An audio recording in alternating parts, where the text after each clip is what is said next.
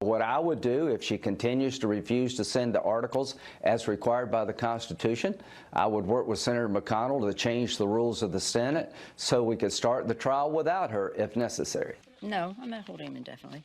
I'll send him over when I'm ready. And that will probably be soon. Do you think that, as misguided as it may be, that some of our enemies think that this president is more vulnerable because of the impeachment effort? You should ask Mr. Soleimani. I understand that, but he was going ahead before you killed him. Next week, Donald Trump faces the start, potentially, of an impeachment trial. I think people are starting to ask, why now did he do this? Why this one is so dangerous is that he is truly taking us right to the edge of war. Today calls for jihad. Do Donald Trump and his administration have a strategy for what comes next? Have they thought through and planned for a wide range of retaliatory and asymmetric actions that will almost certainly see from Iran in the near term? Members of the Iranian parliament also chanting death to America. He has put us in a state of war with Iran and has seriously escalated this tit-for-tat conflict, pushing us deeper into an endless quagmire. And a red flag symbolizing a declaration of war raised above an Iranian mosque on Saturday. Definitely there will be harsh revenge. When, where, how, I don't know. Was Congress consulted? Because the last time I checked, the power to go to war in the United States of America rests with Congress. Soleimani's replacement as head of the Quds force calling for revenge. The leader of Iranian-backed Hezbollah saying American soldiers and officers will be going home in coffins. And Soleimani's own daughter making a televised plea with Hezbollah to take revenge for the blood of her father. Iran fired missiles on U.S. forces in Iraq. A passenger plane lit up in Iran's sky and went down in a ball of flames. Why? New evidence indicates Iran shot down Ukrainian Flight 752 with 2 surface-to-air missiles made by Russia. This is a dangerous escalation that brings us closer to another disastrous war in the Middle East. I believe strongly that a key step in ending our endless wars is for the Congress to reassert its constitutional authority over matters of war. The House sending a strong message to President Trump, approving a war powers resolution to limit future military action against Iran without congressional approval.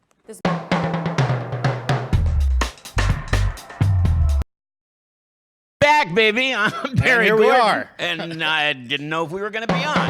And we're not.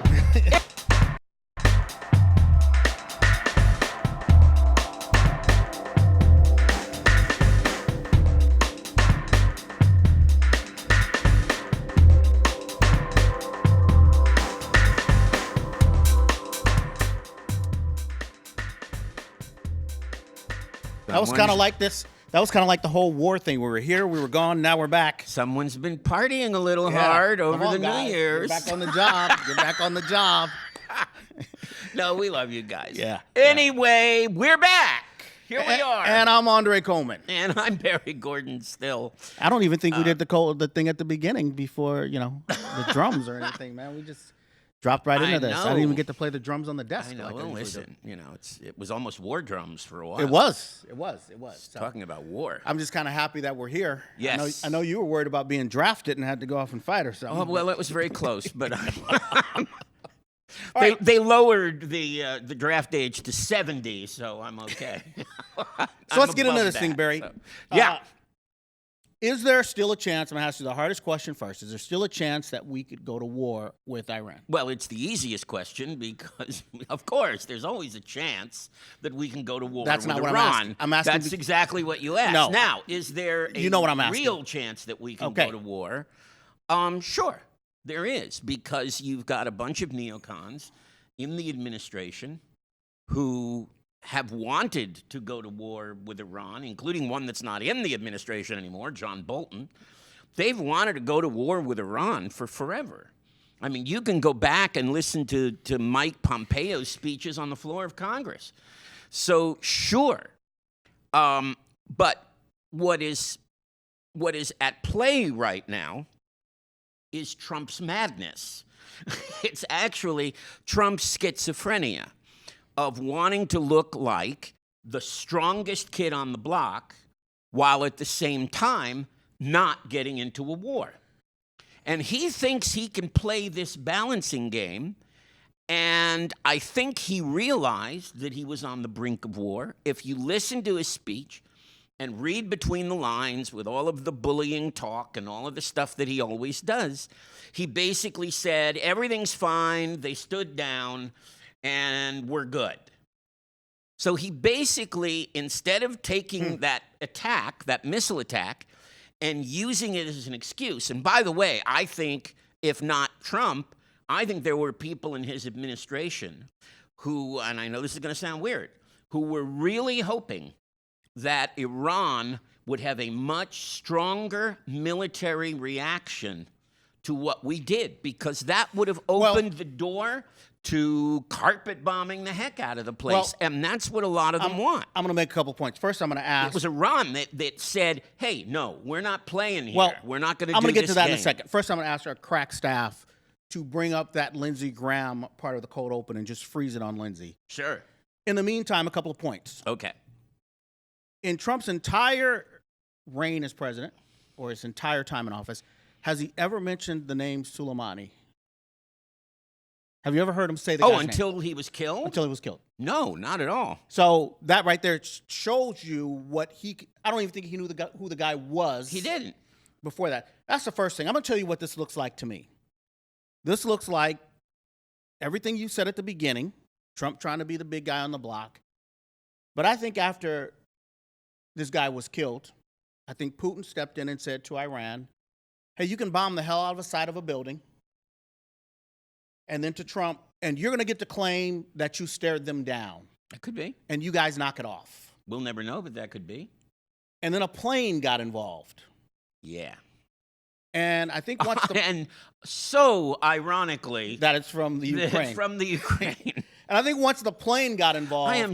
I do not want to be Zelensky. I'll tell you, poor Zelensky. He's lucky he wasn't on the little damn plane. Jewish actor. Yeah. I can identify with this guy. He's a little Jewish actor. I think once the plane came down, I think that it's the monkey wrench in the whole thing, because that's a whole lot of people who died. And I don't think you can just walk away from that, and I think they're going to try to, but I don't think they can. Well, if we accept the argument that it was unintentional. And will we accept that argument? Now, the first thing that came out of the Pentagon was that, yes, we believed that Iran shot it down unintentionally. Well, that's not the first thing that came out. First thing that came out now, was it we've had shot nothing to do with things it. down unintentionally, too. Which, ironically, yeah, but I think Trump wanted to look like a war hero president. Yeah. Which probably kept Bush in office for an extra term. But I don't think in this social media age that the Democrats are going to let go of all those people dying on that plane, and nor should they. Well, that's a different story. I thought you meant, will we now take action against Iran? I don't think we'll take action against Iran. We're not going to take action on it, over but I don't think that what happened to this plane is going to go away lightly. I think the Godfather, somebody's got to answer for Sonny. No, but maybe someone will say that the server they've been looking for was on the plane. Exactly. On its way Clinton's server was on the Canada, plane. or wherever it was going. Where's my Lindsey Graham clip that I asked for? Okay. I'm waiting to see Lindsey here. I got a point. I'm sure they've probably got it up. So I days. I think it's quiet for now. Yeah. I always think it can flare up. Well, because look, we've done a couple of very stupid things. Well, we elected Trump. One was, that was the beginning. One was pulling out of the Iran deal. Yeah. Because now that's an almost defunct deal. Well, it's defunct. They said they're going to start enriching uranium. Right. So they're going to start enriching uranium, so that is going to fester, and that's going to get worse and worse. The other thing was, we can call Soleimani a terrorist all we want. This is an action in which the United States killed a military leader of another country. With no provocation. You know, it's as if, you know, if King George had assassinated George Washington after our country was formed, what would we call that? And what would we do about that? Then what would we do about that? Let me see that Lindsey Graham clip real quick. Just give me What a freeze I would frame. do if she Freeze it. continues to Freeze it. refuse to send the article. What the hell is up with that Gumby haircut? And it's green. Look at this guy. What the hell is that? The boy with green hair. He looks like The Undertaker. I don't know. He looks like they dug him up the day before and slapped a light on him and told him to start talking. I don't know. Lindsey Graham is... Look at this dude. Yeah. See the shade of green on the picture behind him? Well, yeah. And see the edge of it right there? It's the same color of his hair. Well, there's a reflection in there It's his somewhere. hair. I don't know what... Oh, That's what it is. What are you talking about? It's a reflection of his hair? Scared the hell out of me when they played this for me when I was sitting here. Oh, Look at this okay. dude. Okay. Damn. That's one of the scariest things I've ever seen. Aside of Trump. That guy's been hanging around with Trump so long. Yeah, I know. That's what it's doing to him. Well, the green and orange go very well together, you know. So, orange and teal, yeah, right? Orange and, yeah, whatever that color is. It's, you know, it's really attractive. Anyway. But coming back to this, the part we Yes. didn't get to. Clearly, they were starting to reveal some things about about the emails involved in the Ukrainian aid. Yeah. Right when this Iran thing broke out. Yeah. And my point, a big part of this is this can start all over again if the media goes right back to those emails and starts talking about them again. You know, now you got Bolton saying he wants to testify. He does. This guy may need another distraction tomorrow. What's he going to do then? The problem, the difference is, and the problem that he's going to encounter is that the electorate is very, very different than it was in 2004. Oh, I agree. The electorate doesn't want a war. Not at all. The nation is different. They don't want it. And even Republicans at this point don't really want it. Well, yeah. So the fact is that, you know, what is it going to benefit him to get into a war and then lose the election? Because he might, because this entire war is the fault of Donald Trump. Of course. We were on a path where they were not enriching uranium to any extent that where they could develop a nuclear weapon. Now they are. They were under control. I mean, John Kerry talked about this the other day on a show. They were under control. Now, did we solve all of the terrorist problems? No. But by doing that, we had a path to diplomacy. We had an open door that we could have walked through.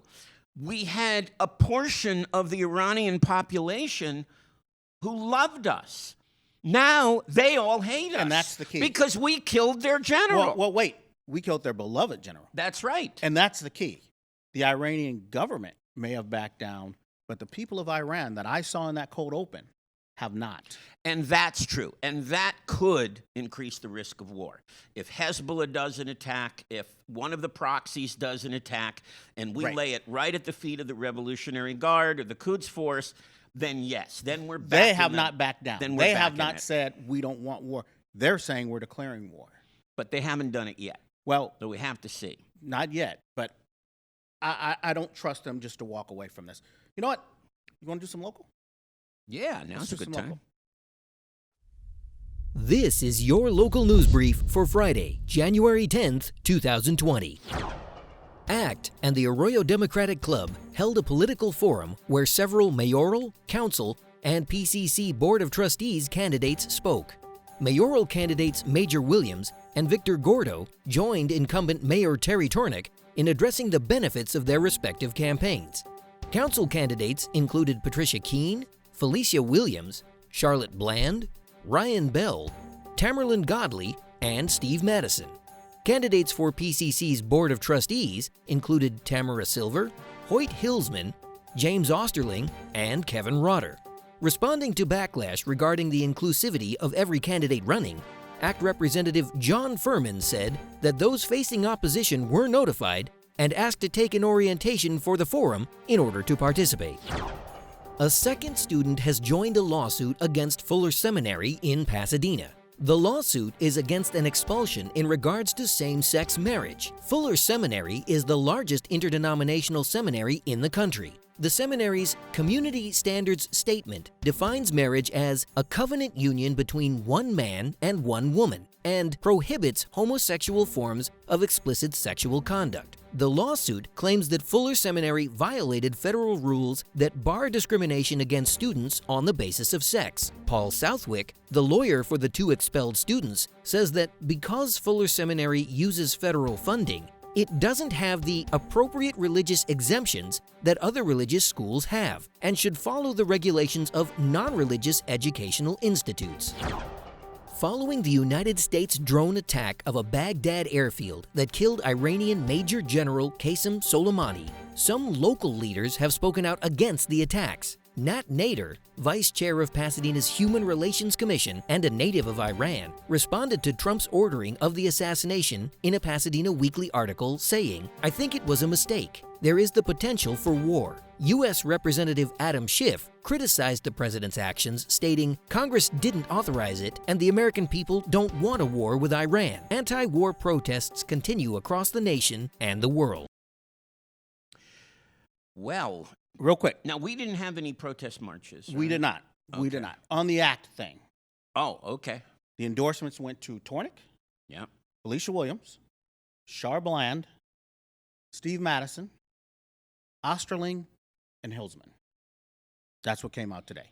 Okay. So are you surprised that they actually endorsed Tornick rather than staying out? I knew ACT would endorse. I think it's. I don't want to say it was close, but some people wanted Gordo, and a big part of the difference turned out to be that Gordo, according to their report, said, "Hey, the police are doing a great job, and we don't need civilian oversight. We need the electeds to handle that through the Public Safety Committee." Tornick said, "I'm for it, but we don't have the votes on council to get it." That moved a lot of people, or some people, apparently, in ACT. Well, but it's easy to be for something if you know that you don't have the votes on Well, council to of get course, it. of course. Because then Hey, it's just lip service. I I'm mean, for it doesn't. giving everybody $1 million. Yeah, exactly. But And if you know that the council isn't going to do it, then we're all for it, right? Exactly. I'm for it too. So- you know, that's kind of a cheap buy. Of course, I mean, to of get course. an ACT endorsement. I think what's interesting is that Char Bland got the District 4 endorsement, and the incumbent Gene Masuda did not. So I think that's interesting. The District 6 went the way that I thought it would go. You know, that Steve Madison would get the endorsement. Of course, would get the endorsement. Felicia Williams may be the most qualified candidate. Yeah. That I've ever covered in all the years. And who's her opposition right now? Tricia Keene, Kevin Litwin. Right. There are about 5 people running in that district.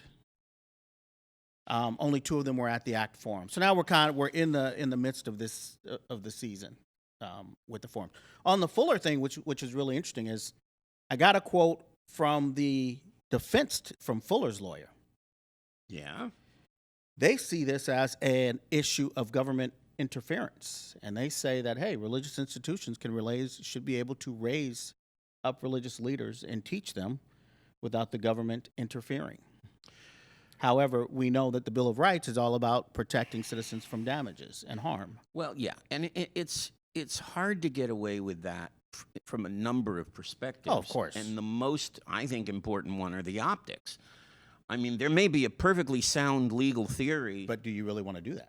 Exactly. Yeah. And you know what?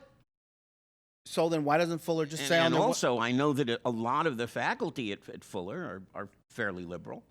Well, so how are they taking it? This is what the Fuller thing comes down to me. On their website, it says they believe marriage is a union between a married man and a woman. Have they ever kicked out any heterosexual student for having premarital sex? Which also the Bible supposedly says is a sin. Yeah. So if you have not done that, now we start getting into how you are viewing the LGBTQ community. Right. Does it say on your website that these students are not allowed? That's all you have to do is put it on your website and just say, hey, we want to admit these students. I won't be cool with that. Neither will you. I'm sure the government probably wouldn't be cool with that. Not cool with it. If you're taking federal aid, stop taking federal aid. Then you can do whatever you want. Then you can do it. No, they're taking federal aid. They're a school. And they have to. They're They're not a church. No, they're a school. They're a school, and they have to play by the rules. That's right. That's all it is to it. So let's jump over to impeachment. We got a couple. All minutes right. Okay.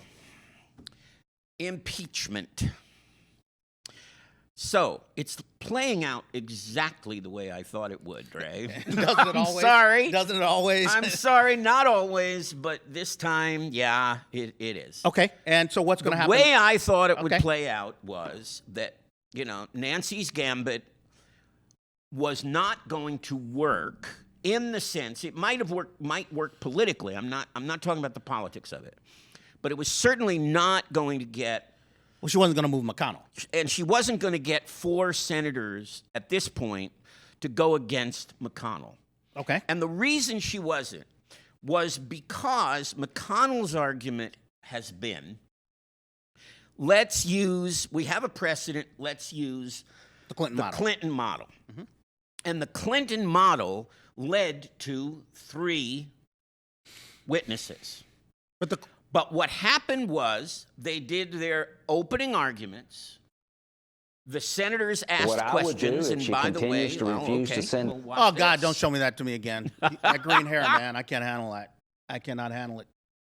Okay. Look at this dude, man. I mean, I'm going to wait on that. Thank you. And don't show up with your hair like that next week either. Whatever you do, go. So, the Clinton model was that they would be opening arguments. Mm-hmm. That after the opening arguments, there would be written questions. Okay. Submitted to the House managers and to the White House. There would be the opening arguments from both the House managers and the White House Defense Counsel. Okay. Then the written questions. At that point, any senator, Chuck Schumer, Doug Jones, anyone who wants to. The boy with green hair. Can get up. Well, he won't. But any senator can say, I want to hear from these witnesses. John Bolton, Duffy, Blair, whoever it might be. Right. I want to hear from these witnesses. At that point, there is no way that McConnell can refuse a vote. And the vote has to be 50% plus 1. Well, let me back you up. So that's where. That's how this is going to play out, because Romney has said, and then you can. Romney has said, I want to hear witnesses. Right, but I also embrace the Clinton model. Right. That means at some point there is going to be a vote for witnesses, and we know now Romney will vote to have them. Well, look. And I think Murkowski will vote to have them. I said this. We need 2 more. I said this before we came on the air. The way for this to work is if you don't give him witnesses, you run the risk of McConnell and some other people having a lot to say. Let's put it that way, about doing this without witnesses. So I think you have to have witnesses. Yeah. I'm not saying that they're going to vote to convict. No. But you don't want them to get up there and start talking about why don't we have witnesses. That's right. You don't want them to do a flake and go, well, I'm all for more investigation like you did in Kavanaugh. You don't want to encourage that. What you want to do is go, let's get witnesses in here and move it forward quickly from there. It looks like we got a couple of comments. Why don't you take but he those? won't do that. Oh, Eric. Hi, Eric. If Trump is acquitted, could he be charged in federal court after his term of office has ended? Yes. He can, unless he pardons himself. And that's also a possibility. But he cannot pardon himself during this process. No, he cannot. No, he cannot pardon himself over impeachment. Right. But if he's acquitted, he can pardon himself for any crimes that he may have committed. Right. Federal crimes. But federal, not state crime. Right. He cannot pardon himself. So the more important thing you should be looking at is the Southern District of New York. Right. Which has already said. Right. that they may come after him on state crimes. David Smith. Yeah. Thank you, David. This is terrific. First time catching the show live. Yep. We really appreciate that. Yeah. Thank you, David, and we hope you'll come back and visit us when we're alive again. Or still. Not if we have green hair, damn it. All right, I'm going to jump to something that's near and dear to your heart, but I don't think you really want to talk about. No, probably not, but go ahead. But I can't believe I'm going to say it. Yeah. You don't want to talk about Elizabeth Warren. Look, I love Elizabeth Warren. I've made it clear on this show. I have said she is my candidate over and over again. She had another great quote today. She's out there. She's just always right on for me. I am completely in her pocket when it comes to virtually every issue. So she's fading. And I think that there's a real reason for that, which is that she is trying now to thread the needle. And in this society, with this social media context, it's very hard to thread the needle. So what she did was, first she said, I want Medicare for all. Then she actually listened to people, which I thought was a great thing. And she listened to people who said, we're scared about you taking away private insurance. We're scared about this. We're scared about that. So she listened to people and she said, okay, then let's put together a transition period during which we'll have a public option, but we'll move toward Medicare for all and use that time to educate people. And you know what happened at that point? Let me finish. At that point, Sanders started pulling votes away from her in droves from the left because they said, oh, well, she's not as committed as we thought she was. And it didn't convince the moderates that she was any more, because it never does, that she was any more centrist. So she lost on both sides. And that's why I think she's dropping. Okay. I'm going to tell you the real reason she's dropping. Okay. And that was a very nice soliloquy in your term paper and all those things. You know why she's dropping? Don't. That term paper. You know why she's dropping? What? Why? Who do you go after you get rid of all the minorities? The women. The women, but Klobuchar's going up, so that kills your argument. Klobuchar has no chance of winning. That's not true. She's moving up. Dude, she has no chance of beating Warren. She has no chance of beating Biden. She has no chance of beating Buttigieg, which she should. And she has no chance of beating Bernie Sanders, who literally... That could be true. You want to go to Studio B? We're going to go to Studio B. And we're going to take these comments. We're going to take these comments. We want to talk back to David has another comment, and Eric. So we're going to handle those when we come back. I'm Barry Gordon. And I'm Andre Coleman. This has been NewsRap live at 5. We're back for another year. Let's do it. Studio B.